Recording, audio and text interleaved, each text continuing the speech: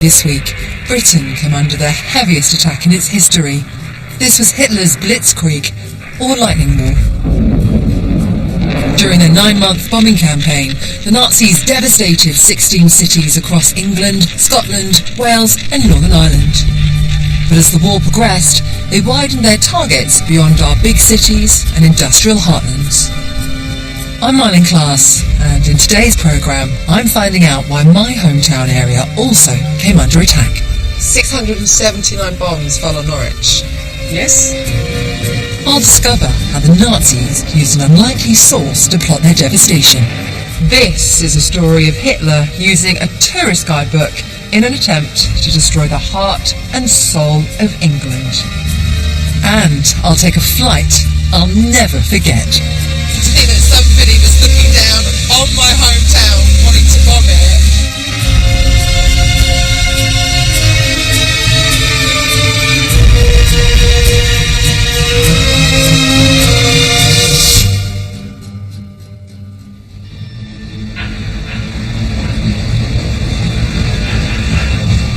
I'm on my way to Norfolk, where I grew up with my mum, dad, brother and sister. Our family actually lived right on the coast in Galston-on-Sea, near Great Yarmouth. And my Blitz journey is starting on the train back home.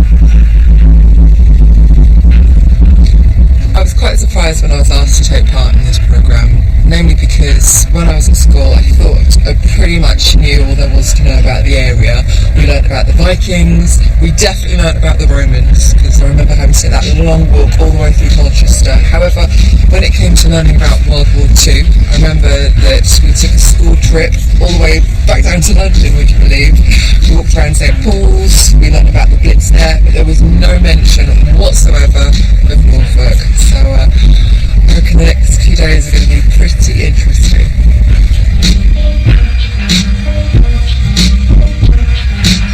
I left Norfolk to study music in London when I was 18. My parents moved away after that, so I rarely get to go back now, but it's always a treat when I do.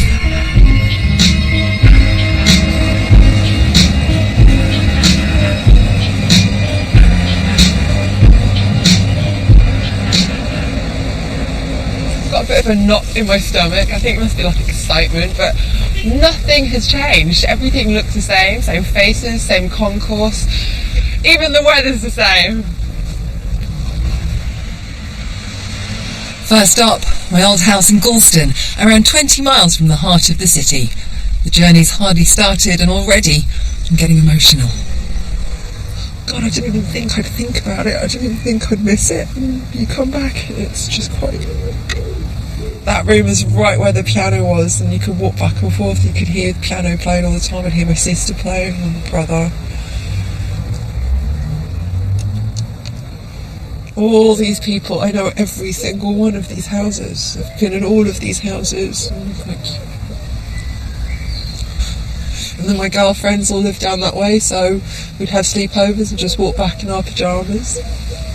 This is my neighbourhood. I cannot believe that I haven't come back for so long. Maybe I've avoided coming back here because it's a lot to think about. My dad said, "You'll miss it when you've gone." And he's absolutely right. It's 18 years. I was here for 18 years. This part of the country means the world to me.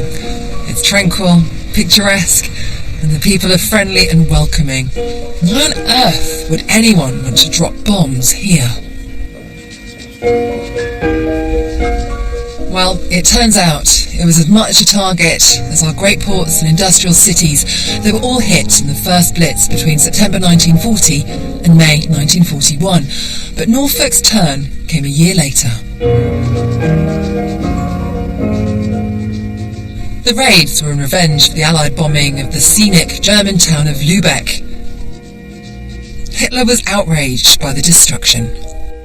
He told the Luftwaffe to draw up a list of our most beautiful, iconic towns and then target their best-known landmarks, all in an effort to demoralise the British people. In compiling that list, the Germans used a tourism book called the Baedeker Guide, in which Norwich featured prominently.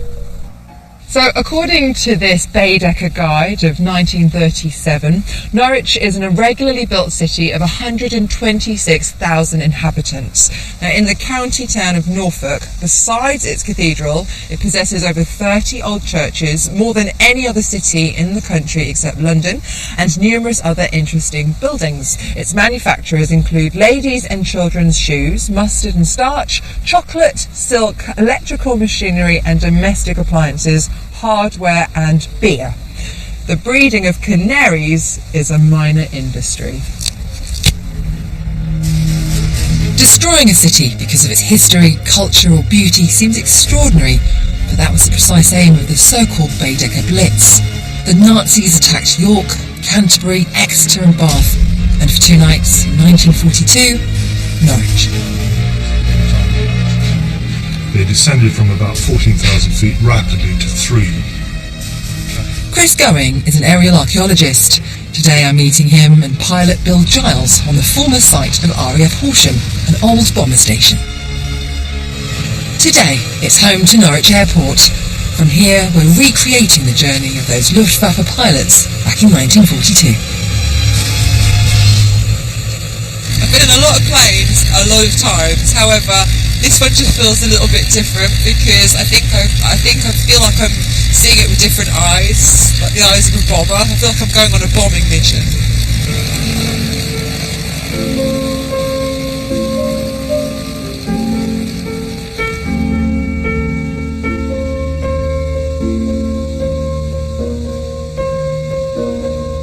Okay, Miley, what we're doing is we're heading east or southeast from Norwich Airport now. We're going to go out to sea, and then we're going to turn close to Great Yarmouth and come in from the northeast, which was the route the second big attack, Baedeker attack, was flown from. So we're going to fly the exact route that the Baedeker bombers took to get to Norwich via Great Yarmouth. We're certainly going to come in from that angle, yeah.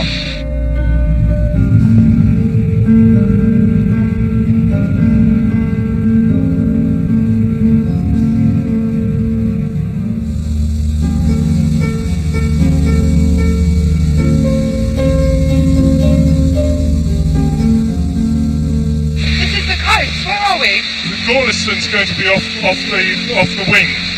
You can see the river, and you can see where it finally bends round to the sea. Oh my gosh, there's a bridge! My dad built that bridge! My dad put the foundations down! Oh my gosh, is that my house? There! Right, okay. It's fantastic. I can't take my eyes off it. And so they would have bombed very close to here. There were certainly attacks along the seafront, and there would have been occasional sort of bombs along the dock facilities. So right, it's all okay. So less than a quarter of a mile. I'm like 3 minutes away. Oh, less than that. I mean, you know, if you're flying an aircraft, if you'd press the button 2 seconds later, they could have easily struck your house.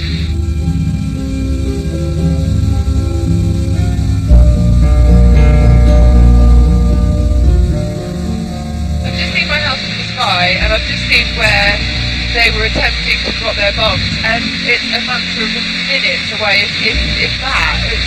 Seconds, it really is. Is it seconds? It's a lot to take on board, because I had no idea. I feel so ignorant to so much, especially with something that's so big, so impactful.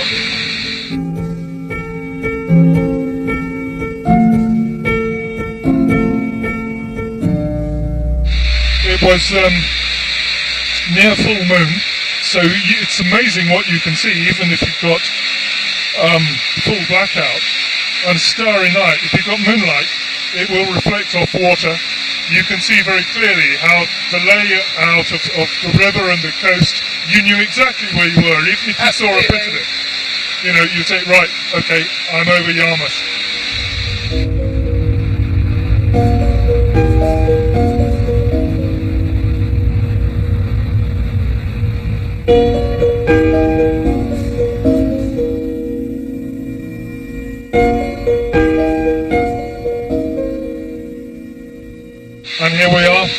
just coming up to Norwich.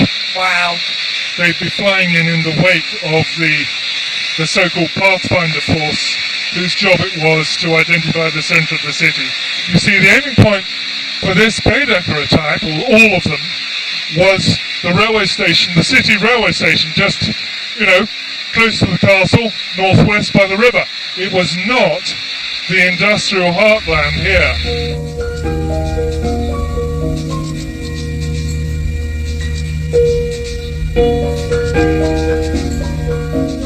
This isn't what they were attacking. The attacks were aimed at the cultural heart of the town. How much warning would the civilians get? Presumably you'd hear the planes coming. Well, the two main attacks was about 10-15 minutes warning, public warning, from the sounding of the sirens. It was about 11:10 on the first night and about 11:30 at night on the second night.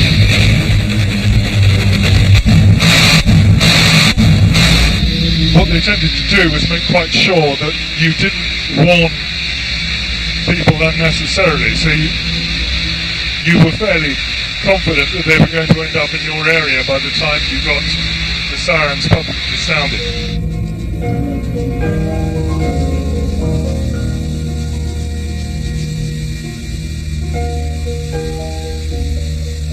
We're travelling at half the speed they were travelling at.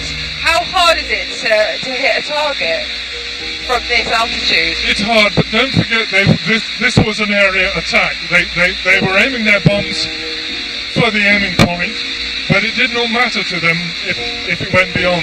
They didn't mind about the collateral damage, in this case being the civilians. I think the whole point was collateral damage. There were reports on all of the Baedeker attacks of machine gunning of the streets. So this was, no holds barred. And you see the cemetery here, just coming up. You see what looks like a park with those are the tombstones. That is where the victims of the air raid were mostly buried. There is a mass burial there, 170, 180 people.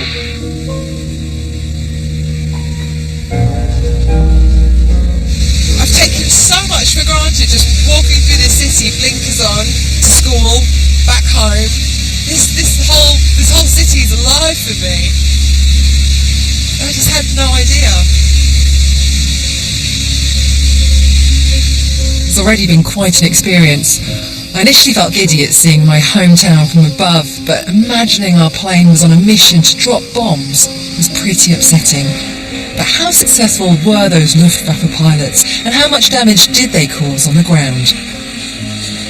I'm off to see a fascinating historical map, plus the woman who's preserved it, Yuki Russell. So Yuki, what is it that I'm looking at here? This looks like a very old map of Norwich. Yes, this is a Second World War map of Norwich.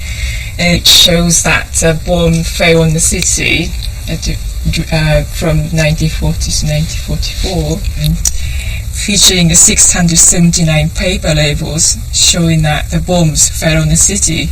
So each of these little tags are... Yes, showing a site. 679 bombs fell on Norwich.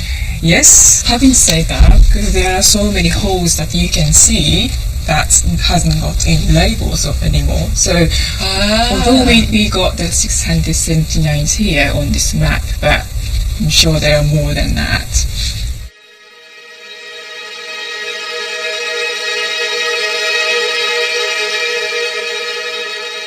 Can you help me find my school? Yes, which school did you? So I was at Notre Dame. So there's Giles Street, and further down, Queen Street. Oh, here we go. Found you. There you are. Convent of Notre Dame. That was my school. Mm-hmm. Yes. It did really well. Look, yes.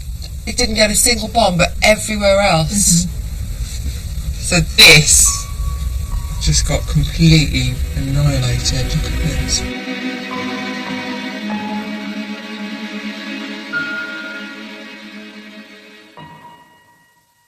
Seeing the map has really brought it home for me, because when you see the dates on all those little tags, whilst you know about the Baedeker raids and Norwich getting a real pummelling for 2 nights, what you don't realise is that Norwich had bombs raining down upon it for years. It's just horrific when you think of that's how they were living every single day, that at any moment death was just going to rain down upon them from the sky.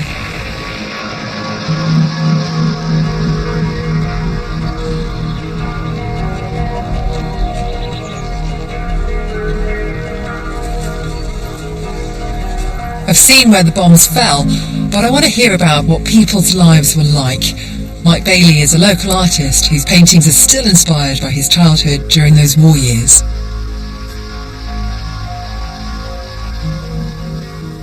Who is that fine-looking chap? Well, this is me at the age of 8 with my mum. She's beautiful. And how come we find you and your mum in this book? Well, this is a book of my paintings, which was published about 5 years ago. So this is your book, your published work. Even to see that at 80 years old, you're sitting here showing me images that you've painted of the war, it must have had a profound effect on you as an 8-year-old. I think it shaped my life, actually.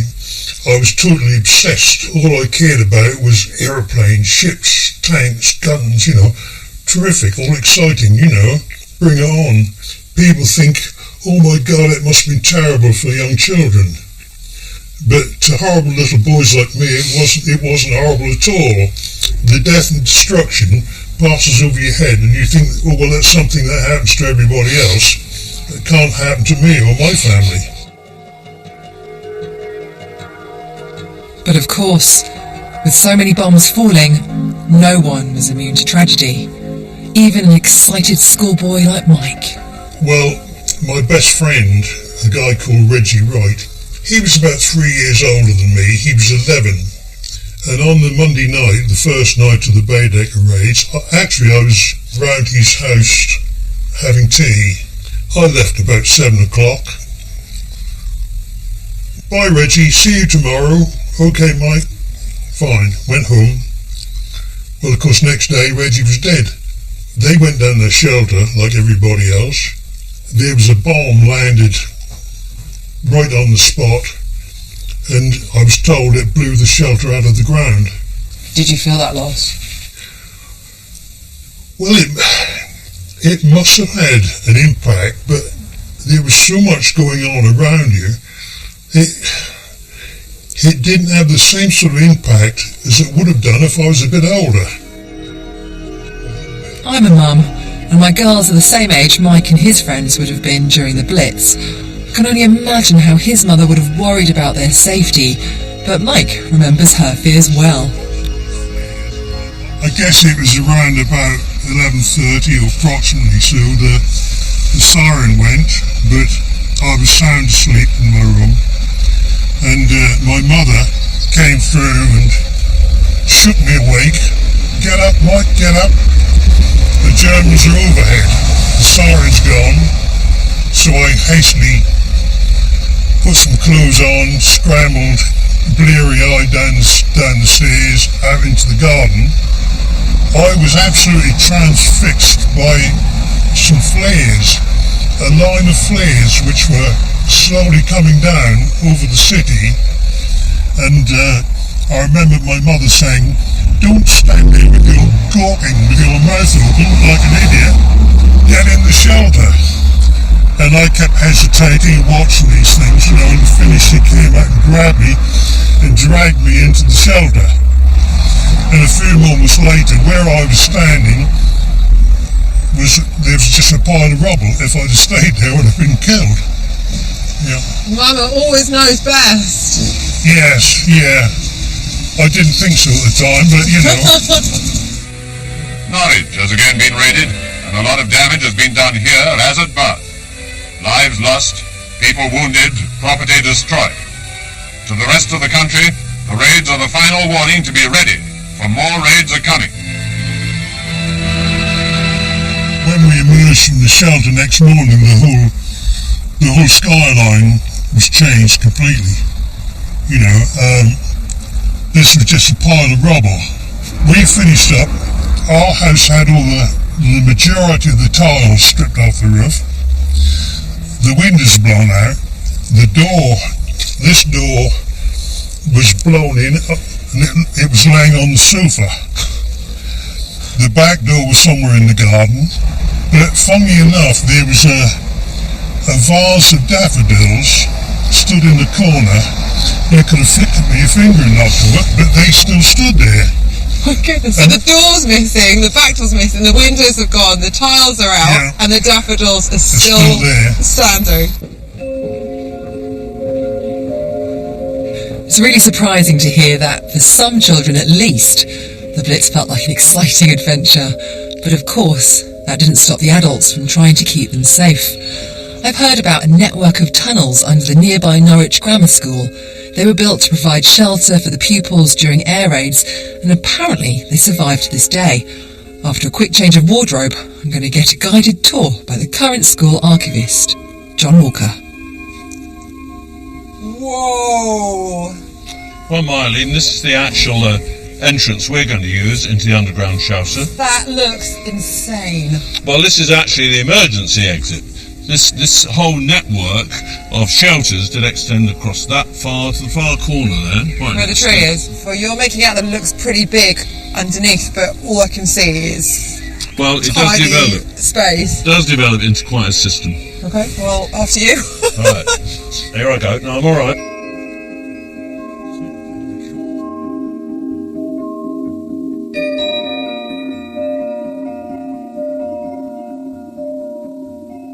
Okay, we're all right now, Mylene. Okay. It's safe to come down. It's a bit squelchy underfoot. I'm a Norfolk girl, we're made of strong stuff, it's okay. Well, you're not wrong. Oh, we're standing. Yeah. Gosh, look at So you this. can see it's a bit gloomy, isn't it? Oh my gosh, look at this, it's the loos. Yeah, they're the toilets. And there's somebody's boot that got left behind. Well, Mylene, if you want to see more of it, we'll go this way. Yes, please.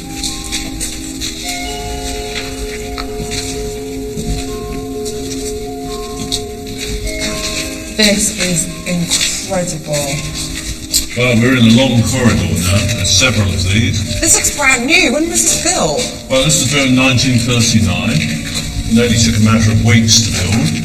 And when air raid shelters were on, the boys actually came down here with their teachers and they were taught lessons. I mean, if I was a teacher, I think I'd find it quite difficult knowing where my students were. Unbelievable. 130 down here. Yeah. I feel like this is how they would have seen it. Very, very much the same. There would have been benches fixed to the walls so you could actually sit down. Blankets, just so you could keep warm. Toilets are down here. And you could have stayed down here several hours if you had to. Well, they tried to make some sort of excitement. I think there's rumours that at times one or two of them got their bicycles down here to try and have a race around the corridors. Well, they were still kids. Oh yeah, still kids, but the headmaster thought it was a caning offence, and so they stopped that. Certainly well underground, well protected, and then this top is made with concrete, just to give it a more solid and they put it together in 3 weeks. Yeah, about 3 weeks, yeah. Above ground, of course, things were a whole lot more scary. Norwich was being decimated, and yet one building stood tall against the bombs, the spectacular cathedral which lies just next door to the grammar school. On June the 27th, 1942, it was attacked with hundreds of incendiary bombs. Back above ground, and having cleaned ourselves off, John explains how the older pupils came out of the shelters and played a role in saving the day. So you can see the cathedral and the roof perfectly here. Whereabouts would the incendiary devices be landing? Well, of course, it was random where they fell, but the roof being sloping, they would fall into that pit just behind the windows of the crenellations. So boys would be stationed there with their buckets of water and their stirrup pumps.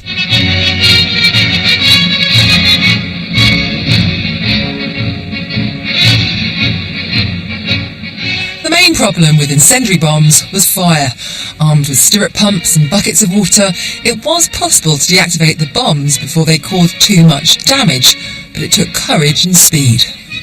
And if one of the incendiary devices landed, they'd have to do what with it? Yeah, they'd have to put it in a bucket of water, douse it with a stirrup pump, try and get it into soil, anything to put it out.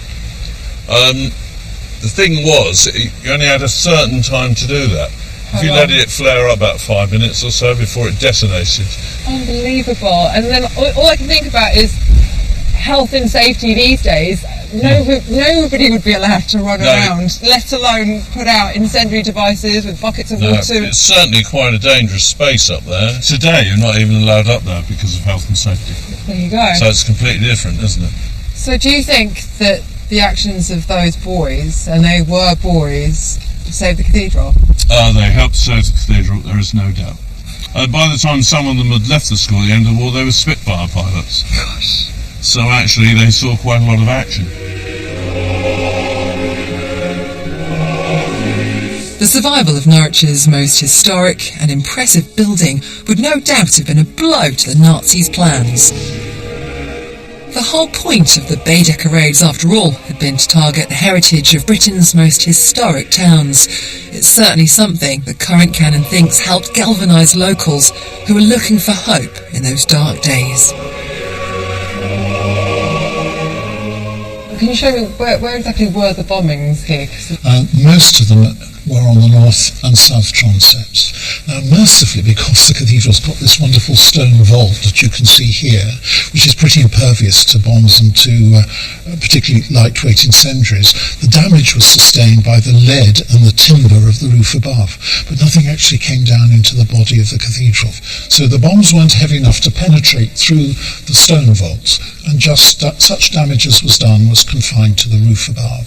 Surely the Germans would have known that, though. They would have known about the architecture of these buildings, and that... I'm not sure they did quite so much research as that. I think they thought that fire was going to be the real problem. They didn't know that the interior of some of these buildings was stone vaulted, because of course using incendiaries, and because the watchers, the teams that were there every night working so hard, the building survived and stood there amongst perhaps the devastation in the rest of the city as tremendous symbols of England's true grit and the feeling that they were protected by God.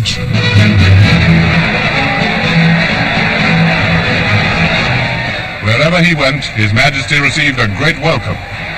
Visiting the cathedral, he was shown damage caused by incendiaries. With him was the Lord Mayor, Alderman Barnes. I mean, some people have used the wonderful image of a chicken with her little chicks underneath, a hen, with her chicks underneath her wings. There's the great presence of the cathedral in the middle of its city with all its children safely preserved there. It was a very, very important, iconic image. I think if you've been born and bred in Norwich and you've lived under the shadow of the cathedral all your life, whether you have a faith system or not, it's a very reassuring presence, and to see it undamaged was an undoubted boost to the morale of the people of the city.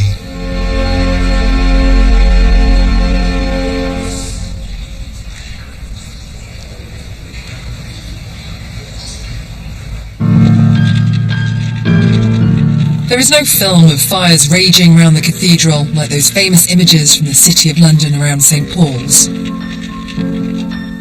In fact, unlike London or even other cities involved in the Baedeker raids, archive footage of any of the Norwich raids is rare.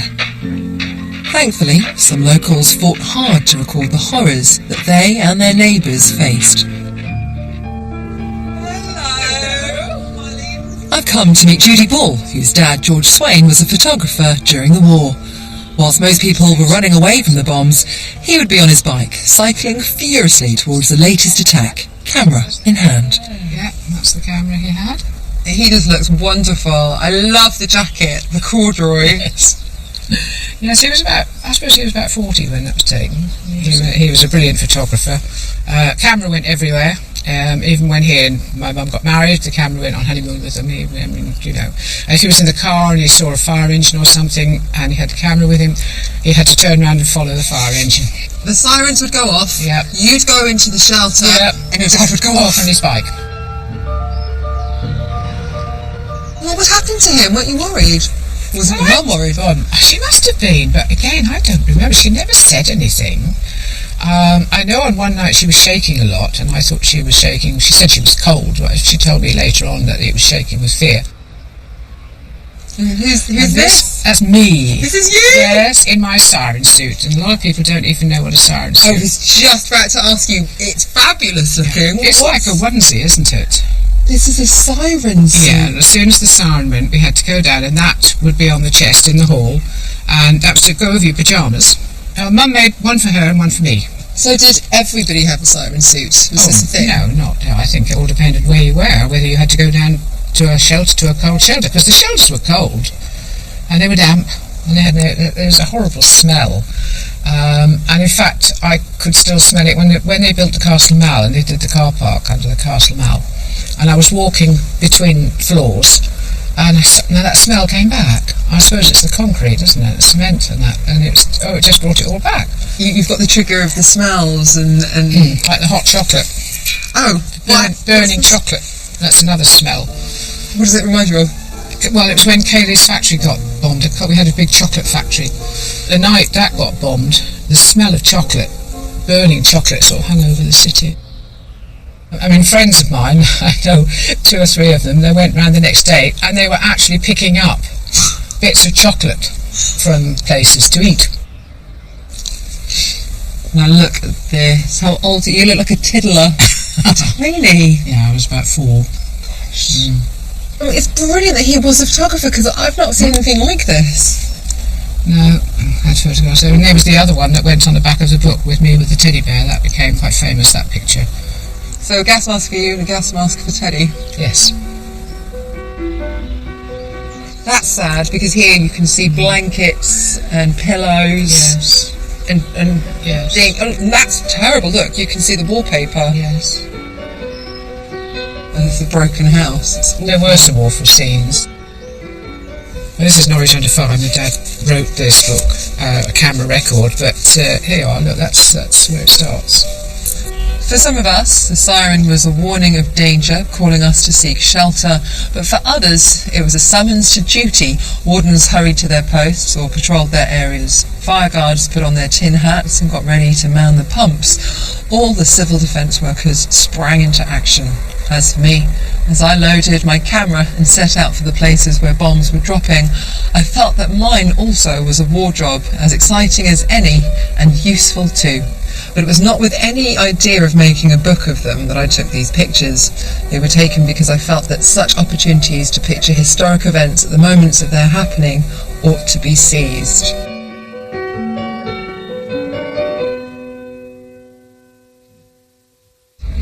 So I've got a picture here which is at the corner of Rampant and Horse Street, and when you match it up to what's in front of me, it's real spine-tingling stuff. It's just unbelievable. Just goes to show you how important the work that George Swain did really was, and also having met all these amazing people, what they went through, it should just never be forgotten.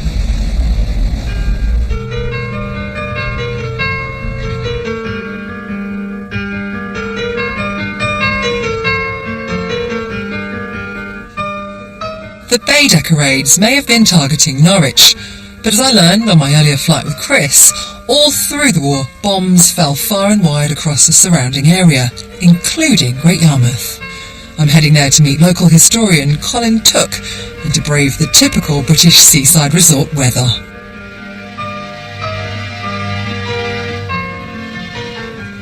So the troops here in Yarmouth removed this whole chunk from the... Yeah, they would have just blown it up. So why did they do that? So nobody could use it as a landing stage. Otherwise they'd have landed at the end of the pier and then ran into the town. So bizarre to think as well, sort of all these German soldiers running past the candy floss machines and the carousel. In 1940, you see, an invasion was quite likely. And the East Anglian coast, being very close to occupied Europe, was an ideal place for the invasion force to come. So the fact that this is such a beautiful vantage point was also its disadvantage. Yes.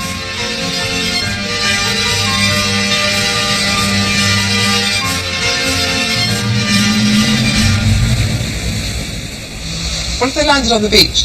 You had to prepare the whole beach against that, so you mined the whole thing all the way along, very heavily mined, large barbed wire entanglements along there, a whole wall built of scaffolding poles as another deterrent.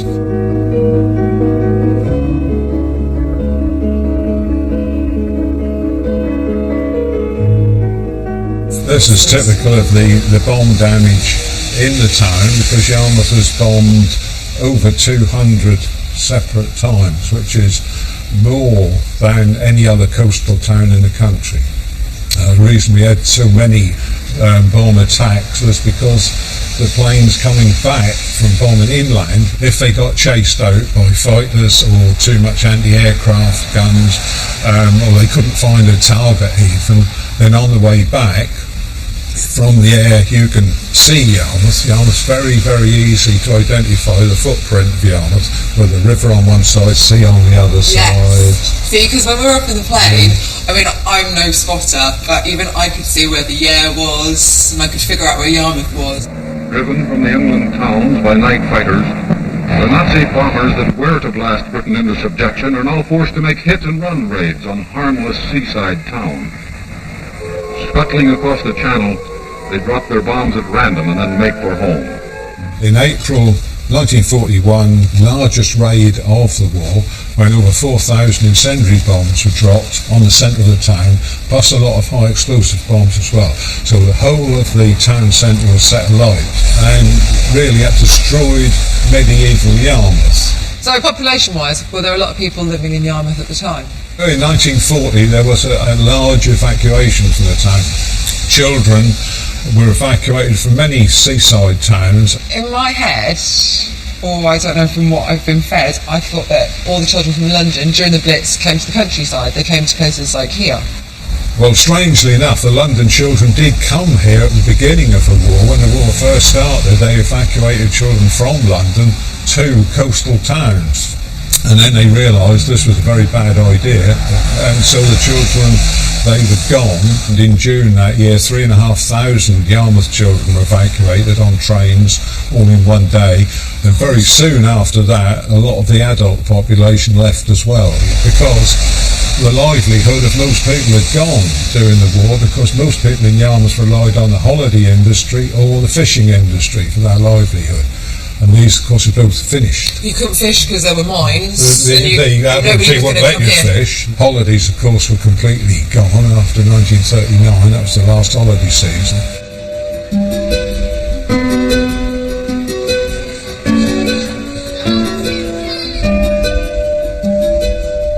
I grew up here and I didn't have a clue. 200 bombs were dropped a matter of years ago and I didn't know.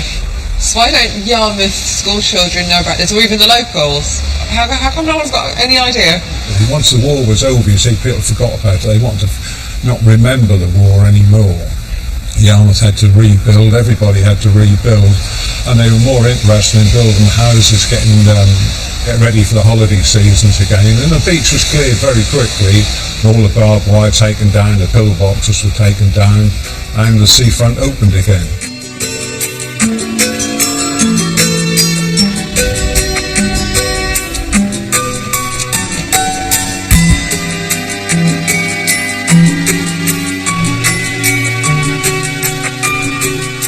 I'm nearing the end of my Blitz journey, and I feel like I've learned a huge part of Norfolk's history, a history that somehow seems secret.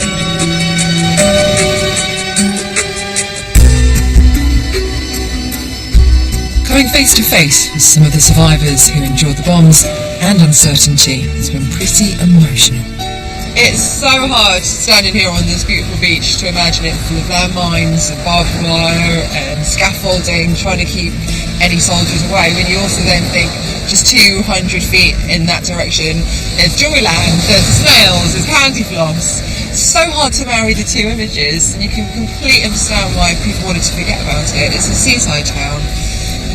It's going to be for holidays.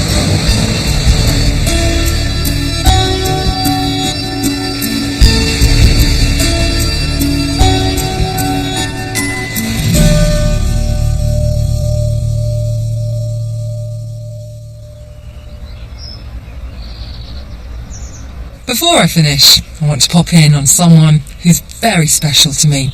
My old piano teacher, Miss Wright, lives a few miles from Great Yarmouth. I've known her almost all my life. She's taught me, my sister, and my brother to play piano.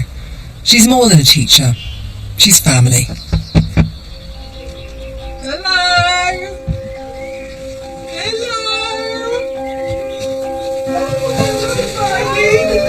Look at you! Oh, thank you very much indeed. Good for you!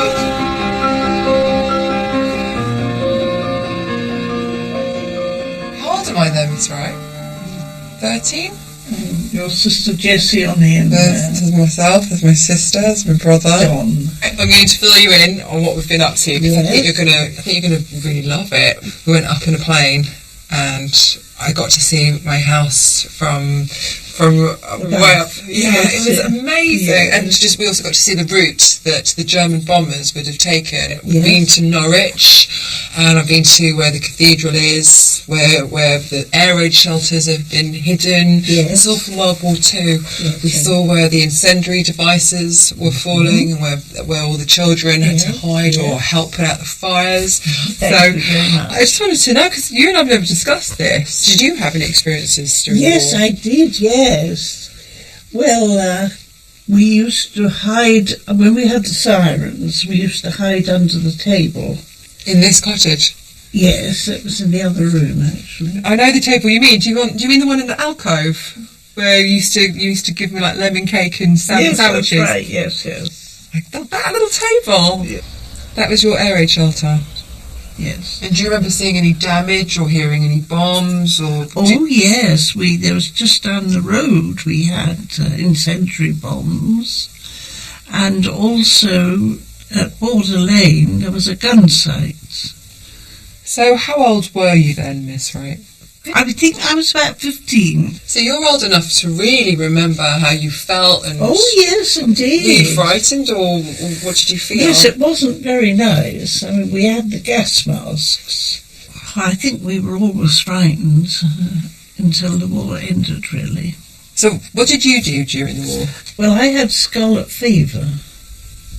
Yes. And so, of course, it left me with a weak heart. So I couldn't do any war work.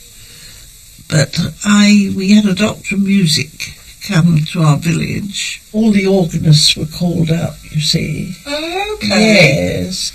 And he said, well, if I give you some organ lessons, would you help with the organ? That's how I came to go to Britain. This is because of the war? Yes. I had no idea. Yeah. So you became the organist?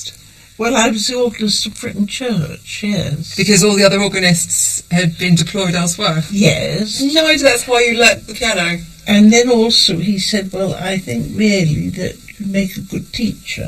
In a nutshell, everything that I have today, everything that I've learned is because of you. You taught me everything I know, and I owe you so much. But what I didn't realise is that everything that you were able to teach me was all because of the war. That's right, yes. I cannot believe that you and I have never had this discussion before. That's probably because I was too busy asking for more cake every time I was here.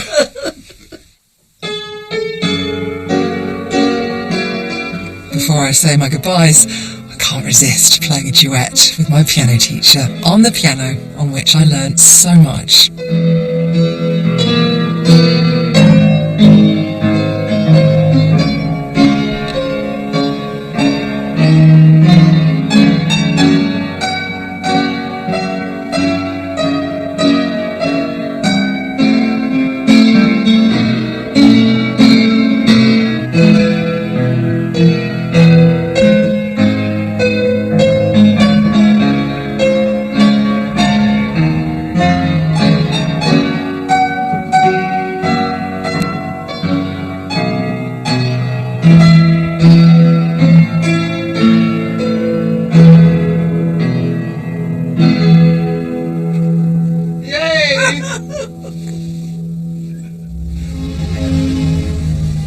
These last few days have certainly opened my eyes to the past.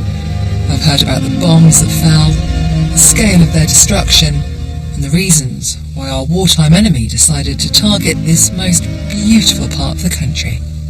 I've also heard from those on the receiving end, and that has been an education. When I was 18, I couldn't wait to get out of Norfolk, get down to London, see all the bright lights, be a part of the action. But what I have learned is that even small, ordinary places with seemingly ordinary people have extraordinary stories to tell. And you should never forget that.